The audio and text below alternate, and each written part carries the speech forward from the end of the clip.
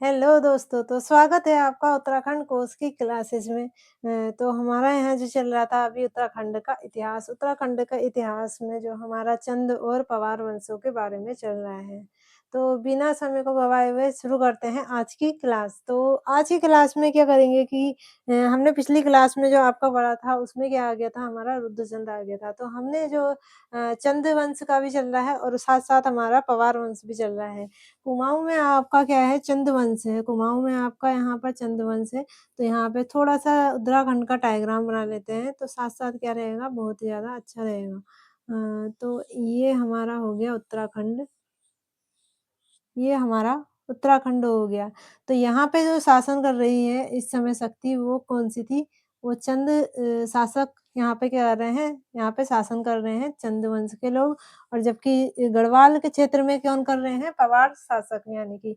तो अभी जो टाइम पीरियड हम देखते हैं चंद और पवारों का, तो हमारा जो लगभग हो गया था, स्टार्टिंग में मैंने आपको कनकपाल के बारे में बताया था पवार शासक, तो उसके बाद के शासकों का नाम कुछ पता नहीं था ज़्यादा। तो अजय पाल के काल से मैंने यहाँ चंदों के साथ इसका स्टार्टिंग करी थी, पवार शासकों की स्टार्टिंग कर दी थी। तो यहाँ पे हमारा जो चंदों के क्रम में आया था, वो पहुँच गया था हम रुद्रचंद के टाइम पे।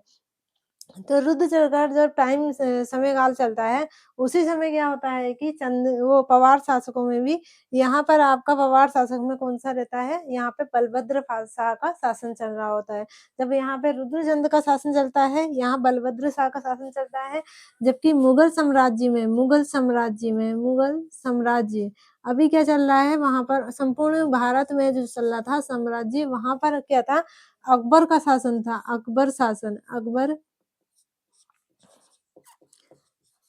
शासन कर रहा है। और यहीं पर एक कत्यूरी शासक भी है। छोटे-छोटे जो शासक होते हैं जैसे, तो उसी में क्या है, जो कत्यूरी थे, जो बड़े साम्राज्य में थे, वो अब उनके पास थोड़ा छोटा-सा ही शासन करने के लिए क्षेत्र था। तो कत्यूरी भी यहाँ पर ही तो किसी हिस्से में क्या है, कत्यूरियों का भी शासन चल रहा है। तो कत्यूरियों का जो शासन चल रहा है, तो हम उसको यहाँ पे लिख देते हैं थोड़ा-सा ऐसे करके, कत्यूरी शासक,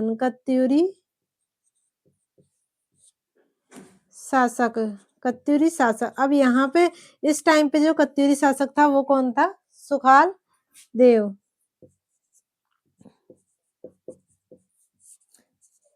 सुखाल देव।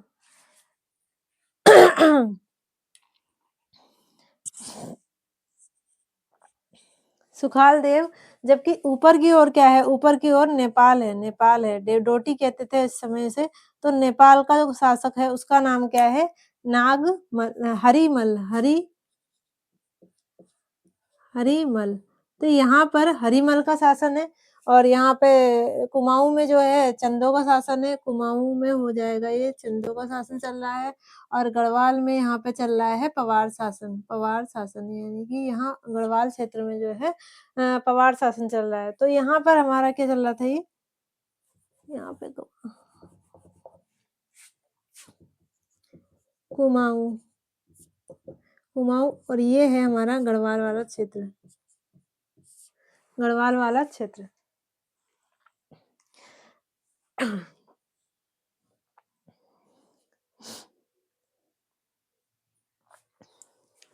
तो यहाँ पर हम देखते हैं, तो पवार शासक किसका टाइम पीरियड आता है, यहाँ पे आता है सहजपाल का काल, यानी कि सहजपाल का सबसे पहले कौन आया था? कनकपाल आया था। कनकपाल के शासकों का नाम पता नहीं था। फिर आता है अजयपाल का जो टाइम पीरियड बनाया था 1490 से 1548 के समथिंग था। तो 48 के बाद आता है सहजपाल। जो सहजपाल होता है वो भी योग्य शासक होता है। सॉरी, सहजपाल जो था वो था भीष्मचंद्र के टाइम पीरियड पे है। सहजपाल जो होता है योगी होता है। और इसका कहता है 48 इसके टाइम पीरियड पर किसका शासन होता है? सहजपाल का 80 तक रहता है। अब 81 से 90 तक जो आता है वो आता है बलभद्र शाह। तो 81 से 90, जबकि यहाँ पे चंदों में जो शासन था 1568 से 1597 तक किसका रहा था? ये रहा था रुद्रचंद का टाइम पीरियड रहा था।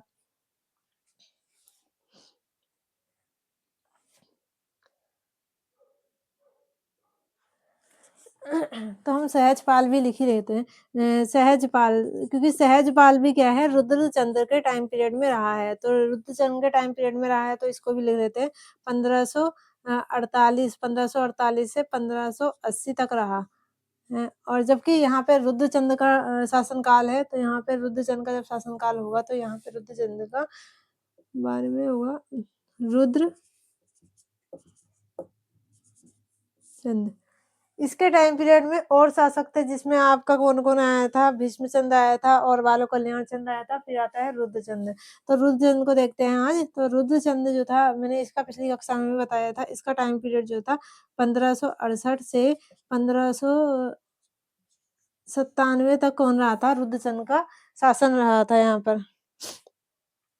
बाकी मैंने इसके बारे में डिटेल में बताया, इसने शिवलिंग बेस आदि की क्या कर दिया था, यहाँ पर इसको मंदिरों का खुदाई करवाई थी और उसमें क्या मिला था, रामदत्त जो थे, रामदत्त पंडित, उन्होंने क्या करा था, उस शिवलिंग की स्थापना कर दी थी। और इसके समय पे क्या होता है, तुकड़िया, हिसोन का तुकड़िया का क्या होता है, आक्रमण होते हैं, एक 1569 में और एक 1575 में। तो 2 आक्रमण होते हैं हुसैन खां तुकड़िया के। और वो तो आक्रमण के बाद क्या होता है, ये अकबर जो होता है, अकबर के पास जाता है और अकबर के उस पे किसकी मृत्यु हो जाती है बाद में, तो हुसैन खां तुगलक की दिल्ली में हत्या कर, यानी कि मृत्यु कर दी जाती है, वहाँ पे उसका काम खत्म हो जाता है। फिर अब जो आता है ये रुद्रचंद ने 3 चीज़ें यहाँ लिख देती हूँ, तुकड़िया आक्रमण, ये मैंने लिख दिया था, तुकड़िया कब आया था, कुमाऊँ पे 2 बार आक्रमण करा तुगड़िया ने, हुसैन खां तुगड़िया शॉर्ट में लिख देते हैं। तो इसने जो आक्रमण करे थे, वो करे थे 1569 में और 1575 में, ये आक्रमण करे थे। और इसे किसने मरवाया था, तुगड़िया की मृत्यु जो की थी, वो की थी अकबर के शासन में, तो अकबर के कहने पे तुगड़िया को मार दिया गया था। फिर क्या होता है, रुद्रचंद का जो टाइम पीरियड चलता है, तो ये क्या होता है, अकबर के काफ़ी ज़्यादा मैत्रीतापूर्ण संबंध होते हैं इसके। तो अकबर जो ये रुद्रचंद 3 लड़ाई में भाग लेता है। जब अकबर की नागौर की लड़ाई होती है, तो नागौर की लड़ाई में क्या होता है कि रुद्रचंद भाग लेता है। तो रुद्रचंद, एक वो वाली लड़ाई हो गई, एक क्या होती है इसकी, इक्फ़ा युद्ध होता है। इक्फ़ा युद्ध में ये अपनी तरफ से लड़ता है और तीसरा जो होता है, ये गढ़वाल शासक से जो एक इनका वो होती है, युद्ध होता है, वो उसे कहते हैं बदाड़गढ़ का युद्ध। तो बदाड़गढ़ का युद्ध 2 जगह दिया है। तो एक आप रखेंगे 1581। 1581 में क्या होता है, रुद्रचंद और बलभद्र शाह, यहाँ पे दूसरा शासक जो आया था वो कौन था, बलभद्र शाह।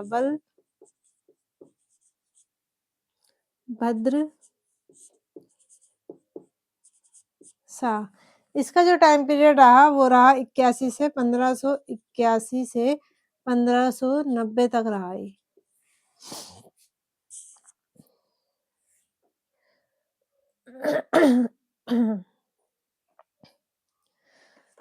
90 तक रहा।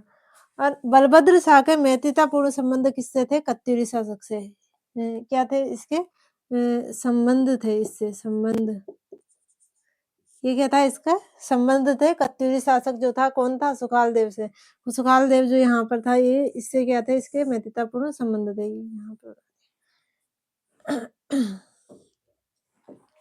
इससे काफ़ी अच्छे संबंध हैं। तो इनका क्या होता है ना कि जब पहला तो ये 3 युद्ध लड़ता है। एक तो हो जाता है आपका इक्फ़ा युद्ध, इक्फ़ा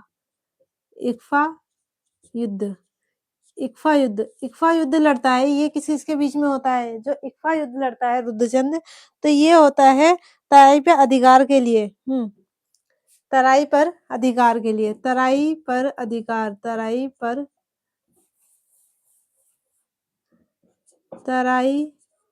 पर अधिकार, यानी कि क्या होता है, जब गरुड़ ज्ञानचंद था, तो उसने तराई पर अधिकार मतलब पहले जो है तराई पर अधिकार प्राप्त कर लिया था। लेकिन क्या हुआ, कुछ समय बाद क्या होता है, वहाँ पे फिर से इसी तरीके के क्या होते हैं, आपस में वो चलते रहते हैं, कभी किसी का अधिकार होता है, कभी किसी का अधिकार। तो इसी तरह से फिर रुद्रचंद का टाइम पीरियड आता है, तो वहाँ पर क्या होता है, नवाब कटहर का वहाँ पे क्या होता है, वो अधिकार कर लेता है। तो नवाब कटहर से क्या होता है, ये तराई वाले क्षेत्रों का अधिकार करने के लिए युद्ध करता है। युद्ध किस-किस के बीच में होता है? युद्ध होता है रुद्रचंद रुद्रचंद रुद्रचंद वर्सेस नवाब कटहर। तो इसमें क्या होता है, ये जो होता है, ये हार जाता है और रुद्रचंद विजयी हो जाता है, ये विजयी हो जाता है। ये इसका पहला युद्ध था। तो पहला युद्ध क्या रहा, रुद्रचंद का पहला जो युद्ध रहा था, इक्फा युद्ध था, तराई पर अधिकार के लिए नवाब कटहर और रुद्रचंद के बीच में हुआ, जिसमें रुद्रचंद क्या होता है, विजयी हो जाता है और तराई वाले क्षेत्र को अपने अधीन ले लेता है। दूसरा युद्ध होता है नागौर का युद्ध। दूसरा जो युद्ध होता है वो होता है नागौर विजय। नागौर की लड़ाई, नागौर की लड़ाई। तो नागौर की लड़ाई जो हुई थी वो हुई थी अकबर के उसमें, तो अकबर से रिलेटेड था। तो इसने नागौर की लड़ाई में अकबर ने किसे आमंत्रित करा था, रुद्रचंद को। इस लड़ाई में अकबर ने इस लड़ाई में अकबर ने आमंत्रित किया किसे, रुद्रचंद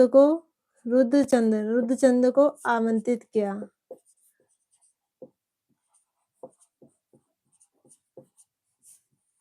तो जब नागौर की लड़ाई हुई तो नागौर की लड़ाई में कौन सा चंद्रवंशी शासक था जिसने अकबर का साथ दिया था, वो था रुद्रचंद। तो रुद्रचंद की बात याद रखेंगे, नागौर की लड़ाई में रुद्रचंद ने अकबर का साथ दिया था। तो अकबर से इसके क्या थे, संबंध अच्छे थे। रुद्रचंद के अकबर के साथ क्या थे, संबंध अच्छे थे। तो यहाँ पर ये दूसरा इसका युद्ध था। अब जो तीसरा युद्ध था वहां पर क्या था, कुमाऊं क्षेत्र पे जो शासन चल रहा था वो किसका था, रुद्रचंद का शासन चल रहा था। जो तीसरा युद्ध होता है बधानगढ़ का युद्ध।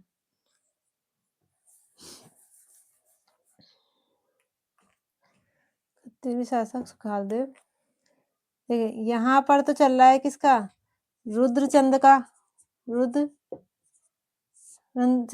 शासन। यहाँ पर किसका चल रहा है, ये बलभद्र शाह का शासन चल रहा है। और ये चल रहा है कत्यूरी शासक का। तो बलभद्र शाह के जो मित्रतापूर्ण संबंध थे वो किससे थे, सुखाल देव के साथ थे। यहाँ पर रुद्रचंद अलग है, ये क्या है, चंद्रवंश का शासक है, और ये बलभद्र शाह जो है ये क्या है, पवार वंश का शासक है। तो ये जो लड़ाई चल रही थी वो इन दोनों के बीच में थी। वो ये जो बधानगढ़ का युद्ध था, बधानगढ़ का युद्ध, ये यहाँ पर भी आएगा आपका बधानगढ़ का युद्ध, क्योंकि दोनों के बीच है। तो ये जब ऑप्शन वहां पर आएगा तो गढ़वा पवार शासक के उसमें भी आ सकता है, और ये क्या कहते हैं, कुमाऊं वालों के। तो बधानगढ़ का युद्ध जो हुआ था वो हुआ था 1581 ईस्वी में हुआ था। किस किस के बीच में हुआ था, बधानगढ़ का युद्ध जो हुआ था वो हुआ था रुद्रचंद और बलभद्र शाह के बीच में। इसे यहाँ पर इसको मिटा देते हैं, मिक्स हो जा रहा है। तो बधानगढ़ का जो युद्ध हुआ था वो हुआ था किसके किसके बीच में, ये हुआ था बलभद्र शाह और रुद्रचंद के बीच में। इसका सेनापति कौन था, इसका सेनापति था, उसका नाम था पुरुषोत्तम पंत। सेनापति का नाम क्या था, पुरुषोत्तम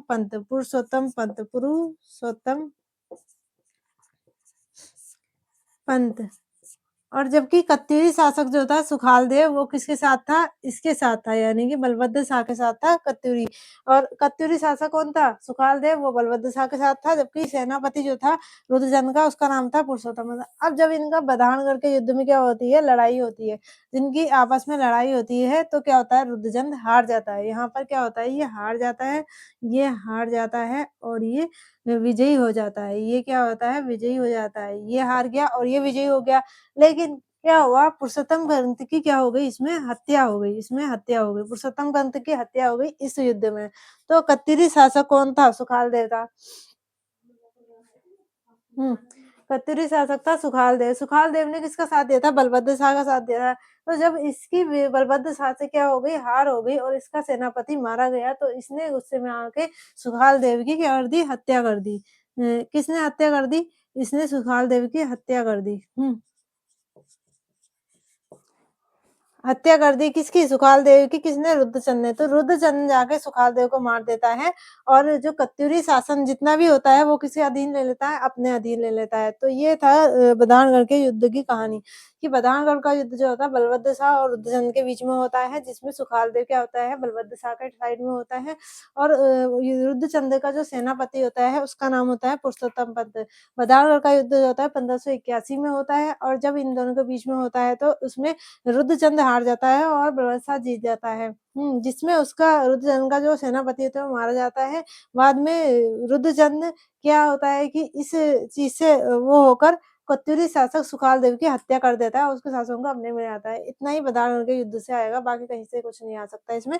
बदाणगढ़ का युद्ध जो था एक क्षेत्र के रिलेटेड है, तो बदाणगढ़ का युद्ध आगे अन्य डेट पे भी दिखा जा सकता है वहाँ पर। तो ये था। अब देखते हैं रुद्रचंद के किए गए कार्य। रुद्रचंद द्वारा किए गया, तो ये हो गया यहाँ पे बधानगढ़ का युद्ध, ये यहाँ पे याद रखना, ये था बधानगढ़ का युद्ध। तो रुद्रचंद ने कितनी लड़ाइयाँ लड़ी थी?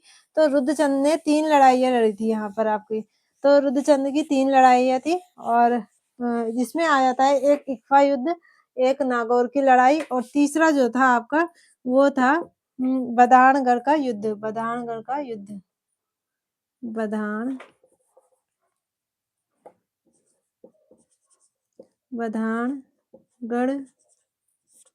का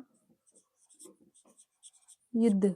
बधानगढ़ का युद्ध, तो बधानगढ़ का युद्ध जो हुआ था 1581 में हुआ था। किस-किसके बीच में हुआ था? रुद्रचंद, यहाँ पे रुद्रचंद और विशेष बलभद्र शाह के बीच में, बलभद्र शाह। तो ये सारी चीज़ें थी यहाँ पर बलरामगढ़ के युद्ध से। बाकी मैंने आपको बता दिया है, इसमें क्या होता है, ये हार जाता है, ये जीत जाता है, सुखालदेव मर जाता है और बाकी ये हो जाता है। तो ये था रुद्रचंद के बारे में। यहाँ पे बलभद्र शाह के बारे में थोड़ा-सा देख लेते हैं।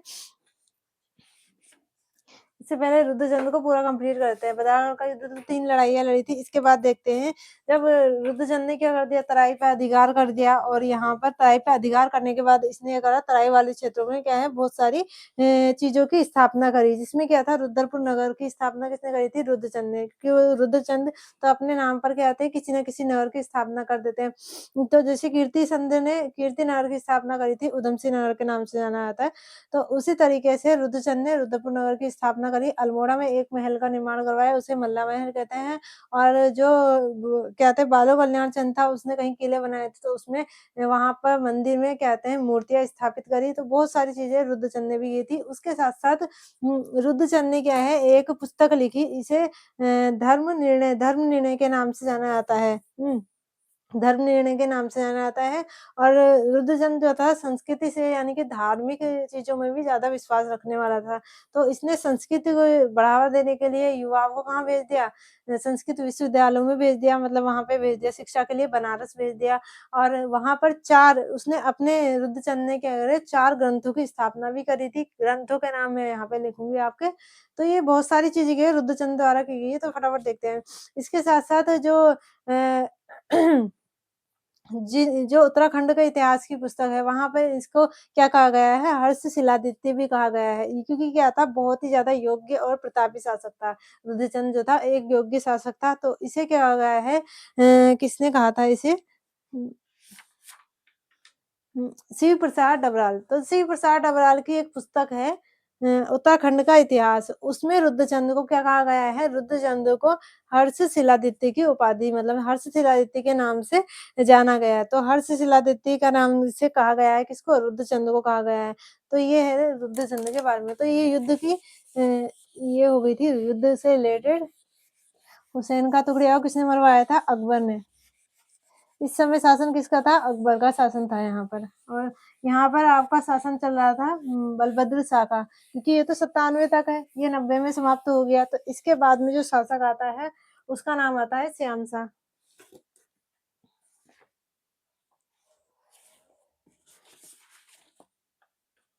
सॉरी।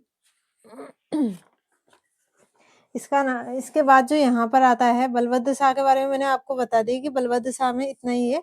बलभद्र शाह का ये था कि इसने जो बधानगढ़ का युद्ध लड़ा था उसी में ये भी एक योग्य शासक था, क्योंकि इसने क्या कर दी थी, विजय प्राप्त कर ली थी बहुत सारी चीज़ों को। यहाँ पे इसने भी बहुतों के साथ इसके मैत्रीतापूर्ण संबंध थे, बहुतों के साथ जैसे चंद वंशों के साथ अभी संबंध अच्छे नहीं थे। तो यहाँ पर जबकि सहजपाल के क्या थे, मैत्रीतापूर्ण संबंधी थे। तो यहाँ पर आ जाता है तीसरा जो शासक आ जाता है, चौथा सपोज़ है, तो उसका नाम होता है मानसा। मानसा और मानसा का टाइम पीरियड जो होता है आपका मानसा का टाइम पीरियड होता है 90 से 91 से ये जो 90 है आपका यहीं से स्टार्ट करते हैं। तो 1590 से कितना हो जाएगा आपका 1619 सॉरी 1611 तो मानसा जब आता है तो मानसा का टाइम पीरियड क्या होता है 1590 से 1611 जबकि रुद्रचंद का टाइम पीरियड क्या चल रहा है रुद्रचंद का टाइम पीरियड चल रहा है 1568 से 1597 तक। तो इसके 7 साल किसने ले लिए यहाँ पर इसका शासन रहा मानसा का रुद्रचंद के टाइम पे। तो रुद्रचंद ने क्या क्या काम करे इसके बारे में देखते हैं। तो तराई क्षेत्र में ये क्या था योग्य शासक था, एक योग्य शासक था, योग्य शासक काफी योग्य शासक था ये। और तराई क्षेत्र में इसने क्या तराई क्षेत्र में इसने रुद्रपुर नगर की स्थापना करी। दूसरा मल्ला महल बनवाया था, ये अल्मोड़ा क्षेत्र में बनवाया। तराई में सिर्फ ये रुद्रपुर नगर की स्थापना करी तराई के क्षेत्र में, यानी कि तराई क्षेत्र में जब ये जीत के आया तो यहाँ पर रुद्रपुर नगर की स्थापना करी। अल्मोड़ा में गया तो अल्मोड़ा ने इसने मल्ला महल का निर्माण करवाया, यानी कि एक महल है बहुत ही इम्पोर्टेंट है, ये कभी कभी आ सकता है। तो ये मल्ला महल बहुत बार आ चुका है परीक्षाओं में। तो मल्ला महल का निर्माण किसने कराया था रुद्रचंद ने करवाया था। देवी व भैरव की मूर्ति जो पिता का महल था जो बना हुआ था उसमें इसका मंदिर को निर्माण करवाया। ब्राह्मण गुरु रसोइया और धर्माधिकारी ये सारे पद किसने निश्चित किए थे रुद्रचंद ने। और साथ ही साथ इसने पौराणिक वैद्य भी रखा। पौराणिक वैद्य यानी कि वैद्य किसे कहते हैं डॉक्टर को कहते हैं। तो पौराणिक वैद्य रखा। ब्राह्मण यानी कि जो ग्रंथों से रिलेटेड होते हैं वो गुरु भी रखे। रसोई में काम करने रसोई रखे और धर्म के अधिकारी भी रखे। यहाँ पर ये रुद्रचंद के द्वारा किए गए कार्य थे। और इसने साथ ही साथ जो है एक पुस्तक का भी विमोचन किया था। पुस्तक विमोचन तो रुद्रचंद के द्वारा एक लिखी गई पुस्तक है, उसका नाम क्या हो जाएगा उसका नाम है धर्म निर्णय। तो एक पुस्तक का विमोचन किया था उसका नाम था धर्म निर्णय।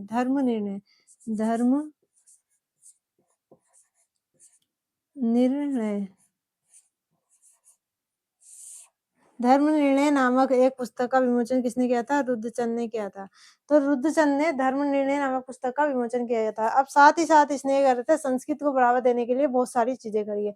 अब संस्कृत को बढ़ावा देने के लिए इसने क्या क्या काम करे देखते हैं आगे। तो इतना इसने काम करा रुद्रपुर नगर मल्ला महल पिता का महल में देवी मंदिर और पद में निश्चित किया और पुस्तक का विमोचन किया धर्म निर्णय। तो आगे देखते हैं रुद्रचंद के बारे में। तो रुद्रचंद ने यहाँ पर और इसके साथ साथ क्या क्या किया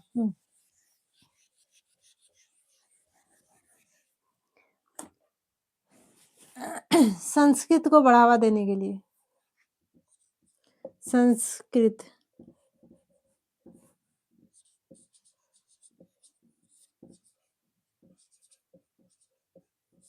संस्कृत को बढ़ावा देने के लिए इसने क्या करा था इसने करा था कुछ सांस्कृतिक कार्य थे इसके सांस्कृतिक कार्य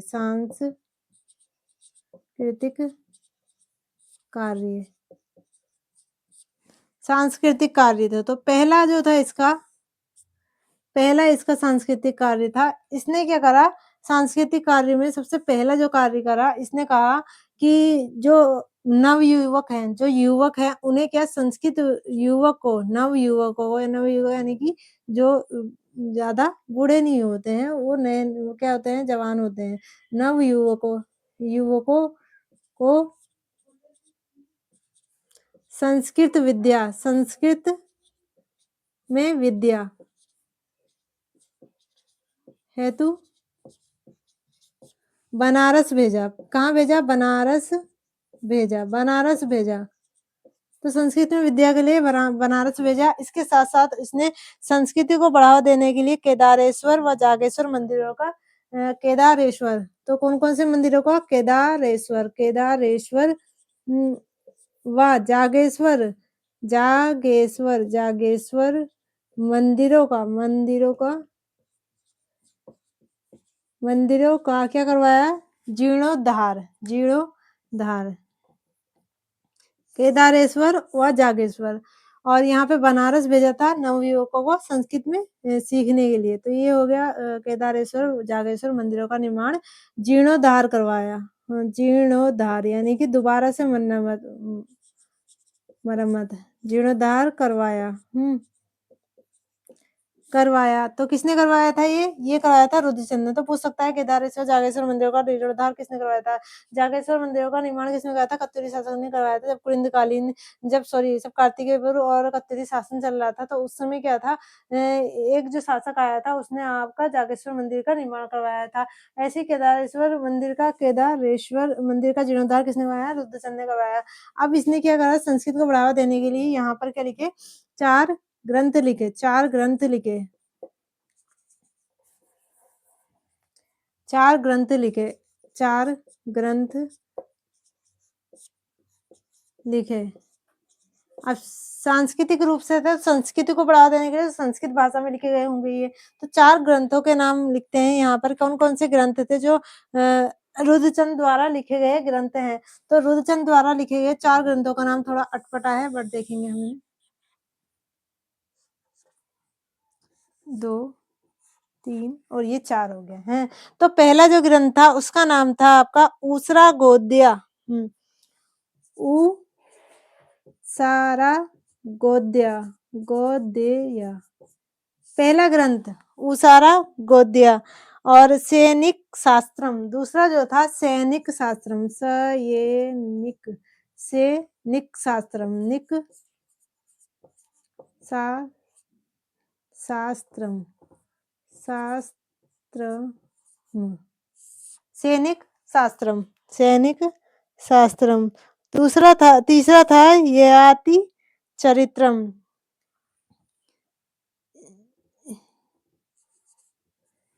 ययाति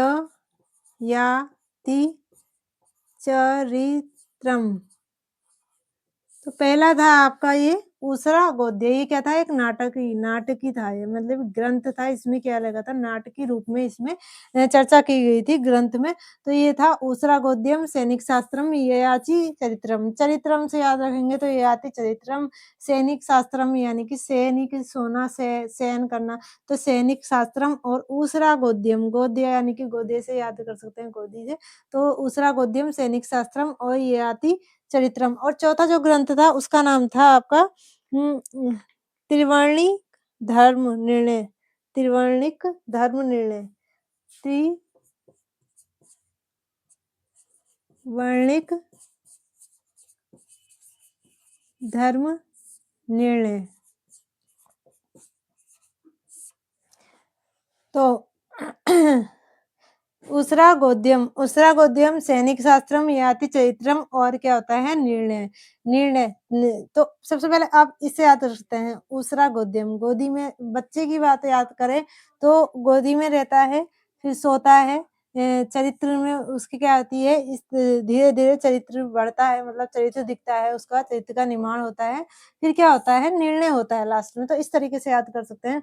तो उसरा गोद्यम, सैनिक शास्त्रम, ययाति चरित्रम और निर्णय। उसरा गोद्यम, सैनिक शास्त्रम और ययाति चरित्रम और त्रिवेणिक धर्म निर्णय। ये क्या थे, 4 ग्रंथ थे। किसने लिखे थे, ये रुद्रचंद ने लिखे थे। तो ये सारे रुद्रचंद के द्वारा लिखे गए ग्रंथों के नाम थे। तो ग्रंथ किसने लिखे थे, ये लिखे थे रुद्रचंद द्वारा लिखे गए ग्रंथ। और पुस्तक क्या थी, इसकी पुस्तक का नाम था धर्म निर्णय। तो ये बहुत ज्यादा धार्मिक कार्यों से रिलेटेड था, धर्म से रिलेटेड था, संस्कृति को बढ़ावा देता था रुद्रचंद। बहुत ज्यादा ही धार्मिक था, प्रतापी था, योग्य शासक था। कौन था, रुद्रचंद। तो इसे हर्षदेव जोशी ने क्या कहा है अपनी पुस्तक में, शिलादित्य की उपाधि दी है। वहां पे हर्ष शिलादित्य कहा है, किसने, शिव प्रसाद डबराल ने, सॉरी, शिव प्रसाद डबराल की पुस्तक है उत्तराखंड का इतिहास, उसमें क्या कहा गया है, इसे हर्ष शिलादित्य कहा गया है। और जबकि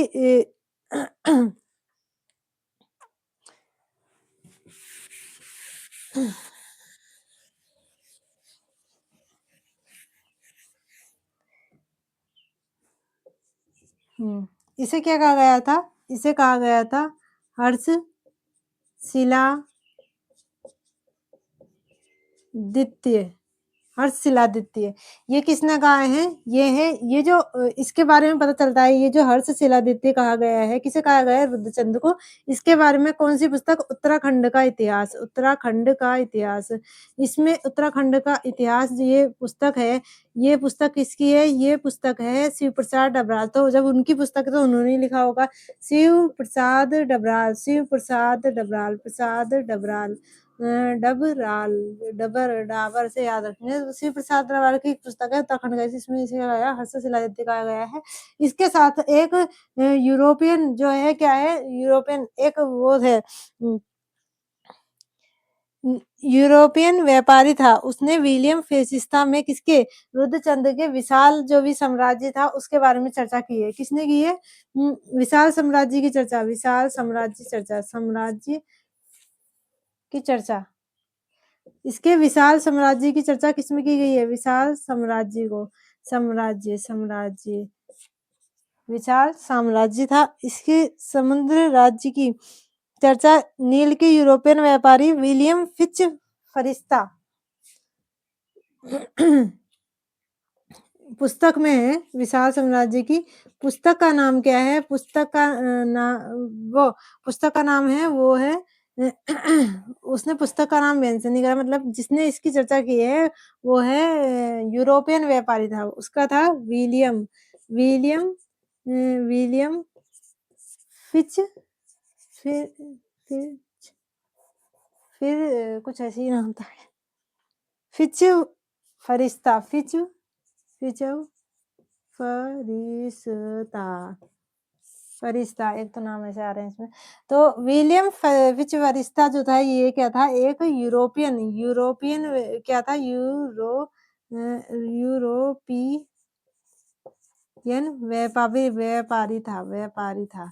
तो व्यापारी जो था इसने क्या कहा कि रुद्रचंद का जो भी विशाल साम्राज्य था, जो इसने जीता था और जो क्या कर रहा था यहाँ पे आस-पास के जो भी इसका साम्राज्य था, इसने विस्तार करा था, इतनी सारी चीज़ें करी थी। तो इसके बारे में किसने कहा है? इसने जो कहा है वो यूरोपियन जो है एक व्यापारी था फीविच फरिश्ता। इसने अपनी पुस्तक में क्या कहा है? इसके विशाल साम्राज्य की बात कही है, जबकि उत्तराखंड के इतिहास में शिव प्रसाद डबराल ने इसे हर्षशिलादित्य की उपाधि से सम्मानित कराया वहाँ पर। तो ये था हमारा रुद्रचंद और हम कल की क्लास में पढ़ेंगे थोड़ा-सा मानसा के बारे में, फिर इसके बाद आता है लक्ष्मीचंद। लक्ष्मीचंद जो आता है वो थोड़ा डरपोक होता है। देखो ये कितना योग्य शासक था, लेकिन लक्ष्मीचंद वो क्या होता है वो थोड़ा खाली वो ऐसे ही होता है, आक्रमण करता है, भाग जाता है, आक्रमण करता है, भाग जाता है, एक टाइम पे थोड़ा बहुत लूट लेता है, तो वहाँ पे अपने झंडे गाड़ देता है। तो वो था लक्ष्मीचंद। तो मिलते हैं नेक्स्ट क्लास में, तब तक के लिए तैयारी करते रहिए।